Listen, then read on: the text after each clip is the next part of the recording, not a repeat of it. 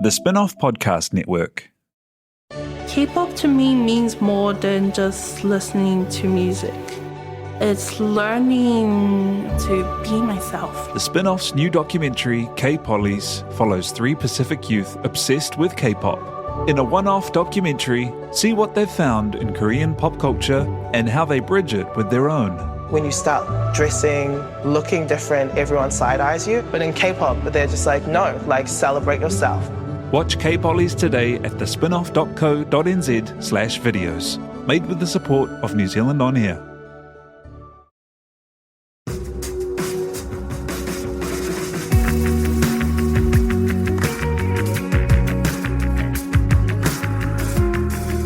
You're listening to Business is Boring, a podcast that reckons it's anything but. Business is Boring is brought to you by SparkLab, offering inspiration and practical advice to help businesses find their edge. To hear more about SparkLab, including details about the latest events, workshops, and business tools, visit sparklab.co.nz. And now, here's your host, Simon Pound.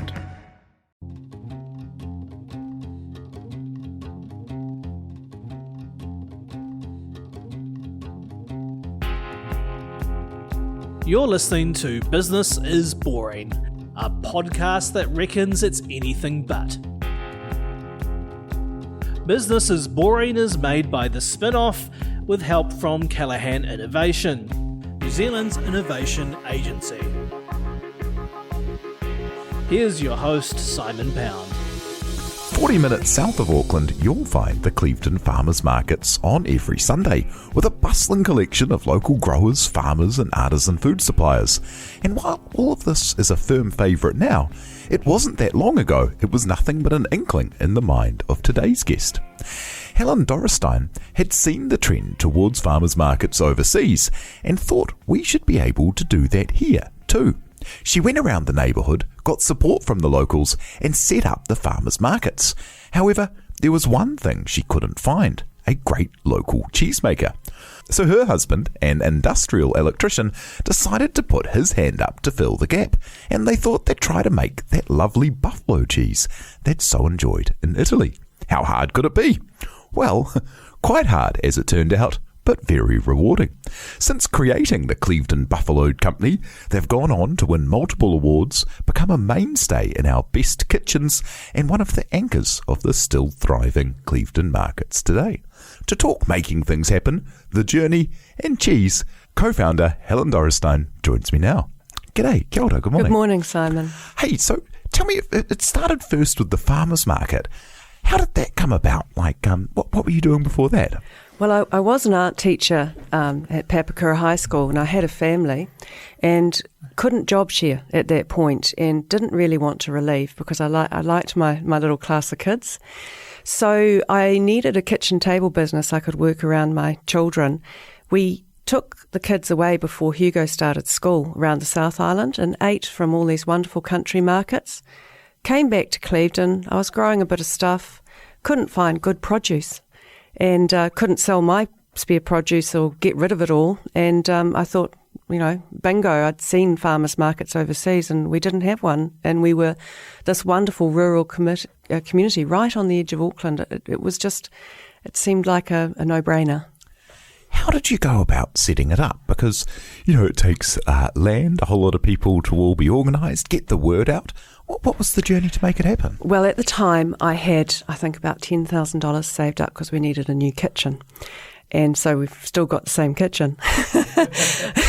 I used that money to put ads in all the papers. I got a really good logo. A friend of mine's husband did it for me for free, which was really kind of him. And I had a meeting in the church hall, and I just went round the neighbourhood throwing my business card and an introductory letter into all these growers' letterboxes, and blow me down, they turned up. I did a slide presentation, borrowed my friend's computer. Nervous. I was nervous as a cat on hot bricks, but I stood up and managed to convince these people that this was the way forward. So I had people like Clevedon Herbs and Produce were there. So they at the time were growing 1 or 2 varieties, maybe 3 varieties of lettuce for supermarkets. now they grow a huge range of things and supply lots and lots of restaurants and lots of markets. So they came along and they were reasonably inspired and I think it was 3 or 4 months later we started the market, and the first day we were completely sold out by 10 o'clock. People just loved it. And then the next week you could shoot a gun through the place. There was no one there. So it took a while. Lots of advertising in that first year, lots of signage, lots of events. I did pumpkin growing competitions for years and food competitions and wine on Sunday with the local vineyards. Lots and lots of hard work. I did a newsletter every week, which I put in all the letter boxes. I did that for about five years until I went into where the post boxes are in Clevedon, and I saw thousands of my newsletters in the rubbish bin, and I thought, it's a waste of time. Now I do a lot of that sort of thing on Facebook and so on. But it did get the word out, and it did slowly build by about 10% a year to the magnificent thing it is today. I mean, it's vibrant. It suits all sorts of people. Everybody comes, from 101 to 1, I've seen families grow up. It's been 14 years it'll be this October, and I've seen children literally go from mum's tum to working for me. It's quite nice. And it's so cool, the kind of growth and the lift in the local producer game as well, because we'll get to the Buffalo, the cheese company, but people like Curious Croppers and I Love Pies. There's amazing successes that trace back to the markets. Absolutely, and that's one of the sheer joys of it, is seeing something start as a fledgling business and go boom. The Croppers are personal friends, and they used to hide from me when I came up to ask them to join the market. And I finally broke them down, and they love it. And they now grow this massive variety of heritage tomatoes, which are celebrated throughout the country, as they should be. There needs to be more recognition of good growing. And I also think we're going to find that with growing, we'll start to talk about regional differences in produce, because once you start to eat beautiful grown vegetables that are fresh, you start to notice their flavour profile. I mean, it sounds like something you only talk about with wine, and cheese, but actually it's in our produce too, and that's where it's so exciting where it's going to go. And also, I've got lovely people, like I've got this wonderful girl who forage and ferment, Kelly, and she makes these wonderful sauerkrauts. Now, they take a bit of getting used to, but once you start to put a bit of kraut through your salad, it's just lovely. It just picks the whole thing up. So it's very exciting. I love food, just love it. And I Love Pies that started as one weekend at the markets, and now it's huge. I went to art school with her, one of the girls' sisters, and we were great friends at art school. And then one day this girl pops into the market with these, just back from England, and says, you can't get a decent pie in New Zealand, I'm going to make a good pie. And they did this wonderful thing with, I think, sour cream in the pastry, and they just rocked out the door. And lots of things. This Cully started with us. I remember Chris coming with a couple of bags with sauces and we just liked him instantly. He's a good guy, Richard and I have made a lot of friends and seen a lot of, and you get a lot of support. Like, we get support from them as well. It's not a one-way street. I've got a lady who's got quails out there now. She's doing these gorgeous little quail's eggs, and I'd like to see her go out into the hospitality industry as well. So there's a lot to do.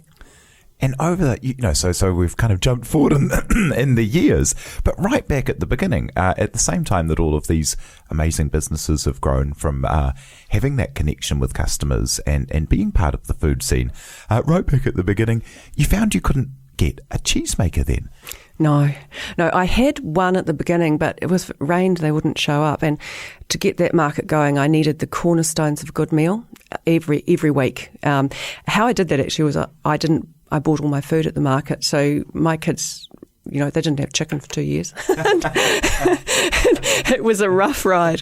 But yes, no, cheese. And Rich and I would lie in bed and we'd talk about it. And he eventually broke him down. He said, I'll make cheese for you, darling. And he just said, I'll do it.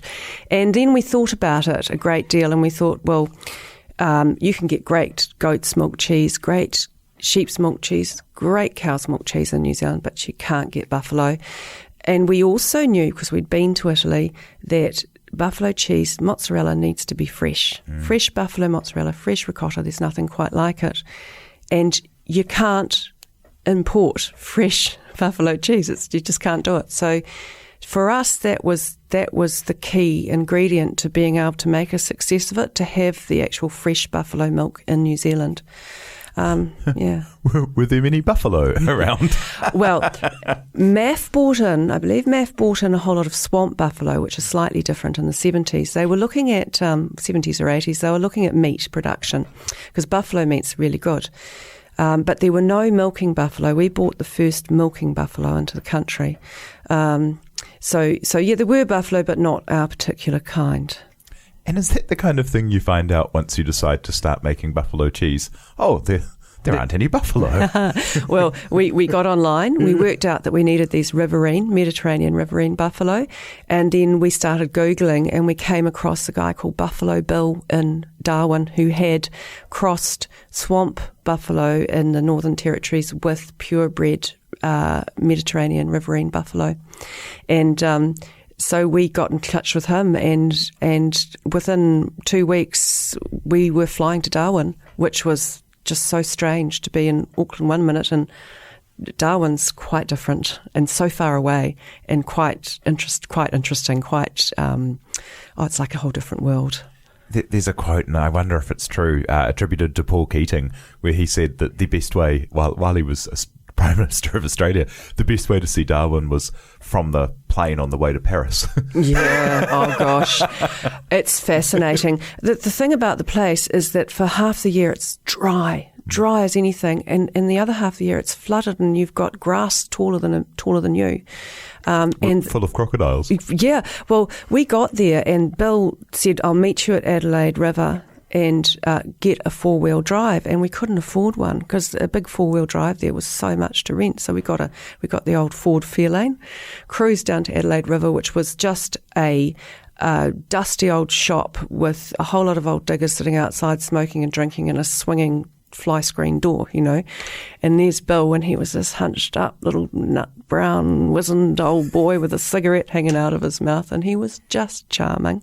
A Kiwi from birth, took us back to his farm, and he said, it's a shame you didn't hire a four-wheel drive, and we'll have to take the old bitch, he said. And he had in the back paddock this four-wheel drive little Suzuki, held together by bits of string. I was sitting in the back, I could see the wheel turning under me, and we went out onto this property, and he said, there's a salty in that one, meaning a crocodile, and we're going through it, and I'm looking at the ground thinking I'm going to get bitten.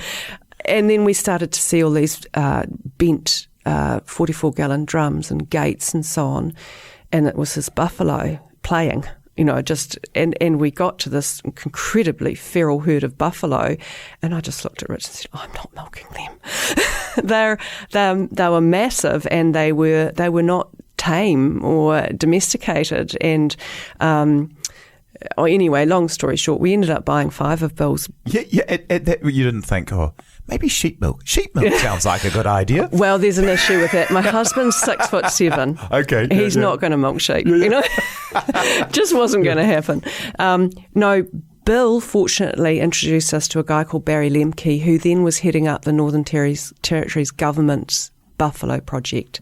And so they had started a meat initiative, and with the Arnhem land, they'd set up and they were going to do an abattoir there and do tender buff, because buffalo meat's gorgeous, but they just couldn't, from a marketing perspective, break into the big three, pork and chicken and beef. It didn't work. So he had this massive herd of half swamp, half Mediterranean buffalo, because that produces a really beautiful eye fillet and so on. And he thought, well, what am I going to do? Well, I'll start creating a milking herd. So he started to AI for genetics towards the Mediterranean. So he had a mob of 15th, 16th and 7/8 pure riverine milking buffalo, and we grabbed 60 head of those and went through the protocols, quarantine, everything, and flew them into the country. That's a huge undertaking before you've ever made a single ball of mozzarella. It was a bit silly. Yeah. And had you before you went through all that, had you tried making the cheese? Had you, well, what was the... See, this is the thing we had, but there's a party trick mozzarella, which is where you just acidify milk and you make it in like half an hour. It's nothing like the cultured process that we go through to make true mozzarella. But this is so we'd done that and we thought, oh, that's easy. But the actual true process is a lot more detailed, and we actually went to Italy to learn that. But yes, bringing in the buffalo, it was a bit foolhardy, and we'd done some back-of-the-envelope figures, and we knew what buffalo mozzarella sold for in New Zealand, and so we thought, well, we should be able to do that. But we didn't realise how little milk we get out of our initial animals, because they were 15, 16, 7/8. So when we started milking, we were getting 3 litres a day, which twice the solids of cow's milk, but 3 litres a day, it was nothing. And we started milking 5 animals initially in the shed. Now we're averaging 7 litres. Some of them start off giving us about 13 litres, which is magnificent. We're gunning for 9 litres a day average, which will give us a good volume of milk. We now have a great volume, but we've still got more to go. Yeah. And how did you go about growing the market here for the product? Because no one else was producing fresh buffalo mozzarella. No. Yeah. Well, it was really quite funny actually, because people would look at you and they'd go, buffalo? Oh, I'm not eating that. It's kind of one of those words that you can smell. Yeah, that's quite right. You're quite right. And yet the milk is so delicate. Yeah. You wouldn't believe that such a delicate, sweet, just beautiful. It's a beautiful milk. It doesn't leave any cloying or fatty taste in your mouth. It's really delicate. You wouldn't believe that comes out of a buffalo, but it does. And so, yes, there was a lot of tastings and a lot of talking.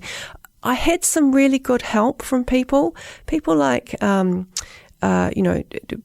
good restaurants. They all put us on straight away. They called me in, and it was nerve-wracking, but they'd try it and they'd go, wow, and they'd put you on straight away. People like Tony Astle at Antoine's. Peter Gordon was one of the first people I met. He was lovely. He put our cheese straight into Dine. We're still in Sky City and Gusto. Sean Connolly's really good to us. SPQR. Just these stalwart restaurants that brought us on and just helped us get a foothold in the marketplace. And yeah, just a lot of tasting, a lot of talking to people. We were very lucky very early on. We had a wonderful article in Dish, and then Country Calendar picked us up too, which was really good for us because the whole country then knew that there were buffalo in the country, and yeah, the cheese wasn't too bad. And have you helped other farmers get on board with buffalo? There are a couple of other people, but we do talk, but it's not really, not really much you can do. You've just got to get in there and do it, if you want to go into buffalo. And I think the hard thing is to do it all, from pasture to breeding to animal husbandry to building a cheese factory to making cheese to selling, marketing a cheese, cooking with the cheese, talking about the cheese. You've got to do everything.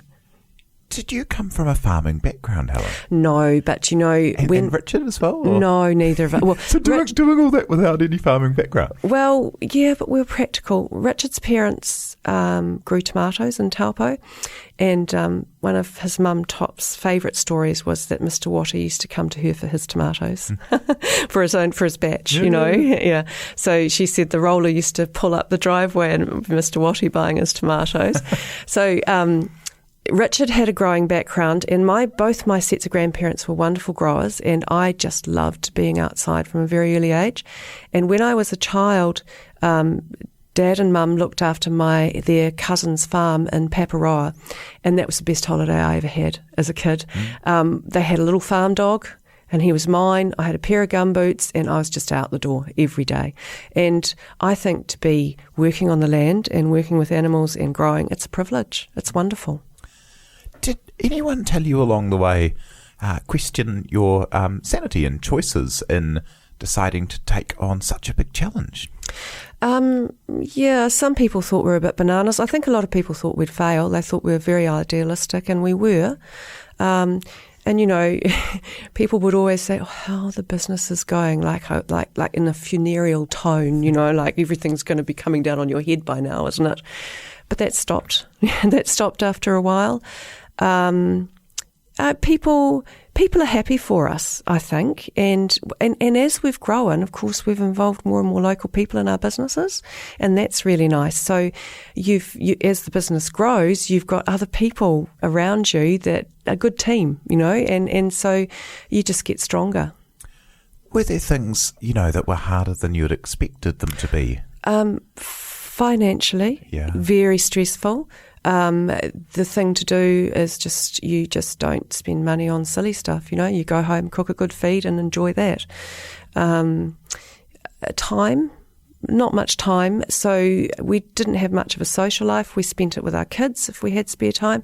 With the market, when my kids were wee, they had to come down to the market, and they'd spend a lot of time in the back room during the market, but then they grew up with the market. The stallholders all know them.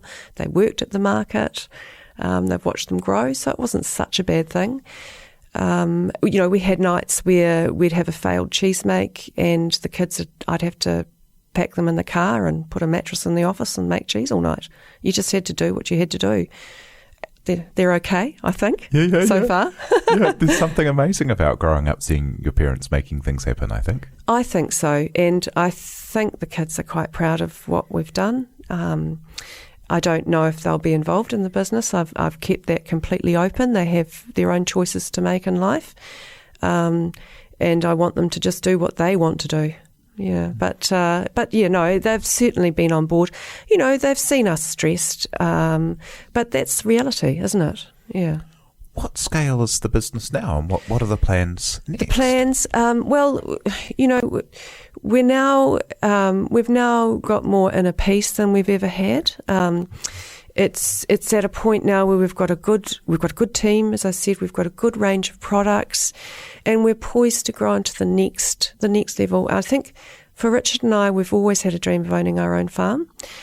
We lease our farms, and they're beautiful farms. But ultimately, I would love to have everything on one property, and I'd love to have like the Buffalo Farm. A heritage garden, a little bistro maybe with a chef involved, maybe just open over the weekends. I'd like to have, I potter around with a bit of pottery and stuff. I'd like to have my studio there. I'd like to be growing old on the farm, because on a farm there's always something going on, and I'm sure when I'm in my 80s I'll be able to whip up a mean batch of scones for the milkers, and I think just being involved would be quite cool. So I guess that's a goal. What advice would you give to people who, want to start making things happen? Because that does seem to be quite a lot to make happen all at once.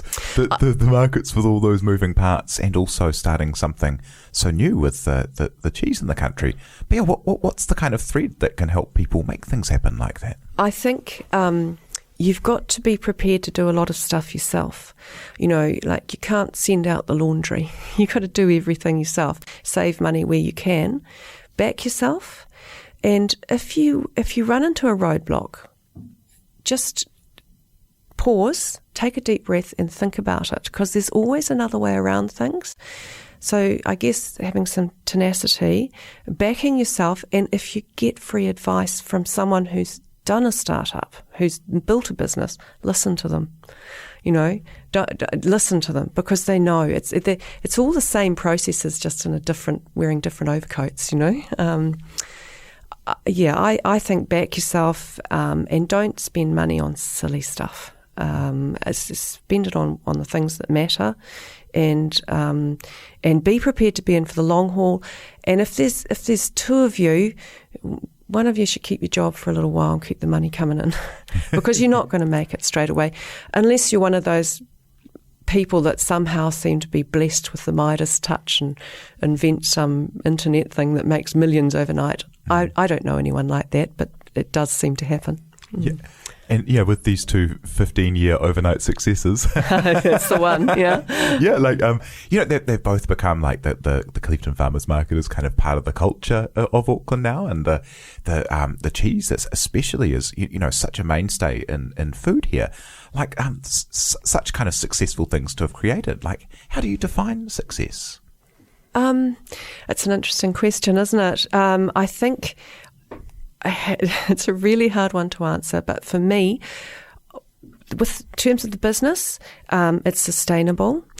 We've got a great team of people around us. We now know the right people that we need. We need people that are prepared to give and take. You know, like it's a mutual thing. That they're growing, we're growing. It's all about building that business and them. Success is, being able to pay the bills on time, every time. That's really important in business. You don't let your suppliers down. You know, it's not fair. And also having a future, you know, and being excited about what you do. I couldn't bear to be doing a business where you're just churning out the same thing because it makes money. How boring's that, you know? To have a business where you're so excited and there's so many different directions you can go in and grow it, that's really cool. And also, I said to Richard when we started, as long as we can keep our health, our marriage, and a roof over our head, I'll do anything, you know. And so if you can keep your home together, that's really important. Yeah, don't sacrifice your personal relationships. It's not worth it. That's so wonderful. Thank you so much for sharing your story today. No worries. Helen Dorresteyn, who's the co-founder of the Clevedon Farmers Markets and the Buffalo Cheese Company. Thank you very much to Tina Tiller for producing, and thank you very much for having us along and listening. You've been listening to Business is Boring, presented by Simon Pound.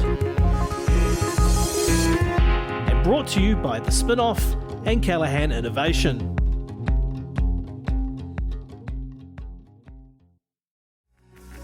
From the Spinoff Podcast Network, that was Business is Boring, brought to you by SparkLab.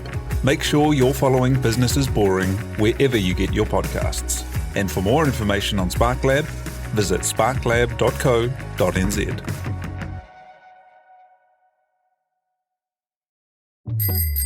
Ready to rediscover the joys of cycling? With over 300 kilometres of cycle paths across Tāmaki Makaurau, jumping on your bike and going for a ride is such a fun way to discover the city from a different perspective.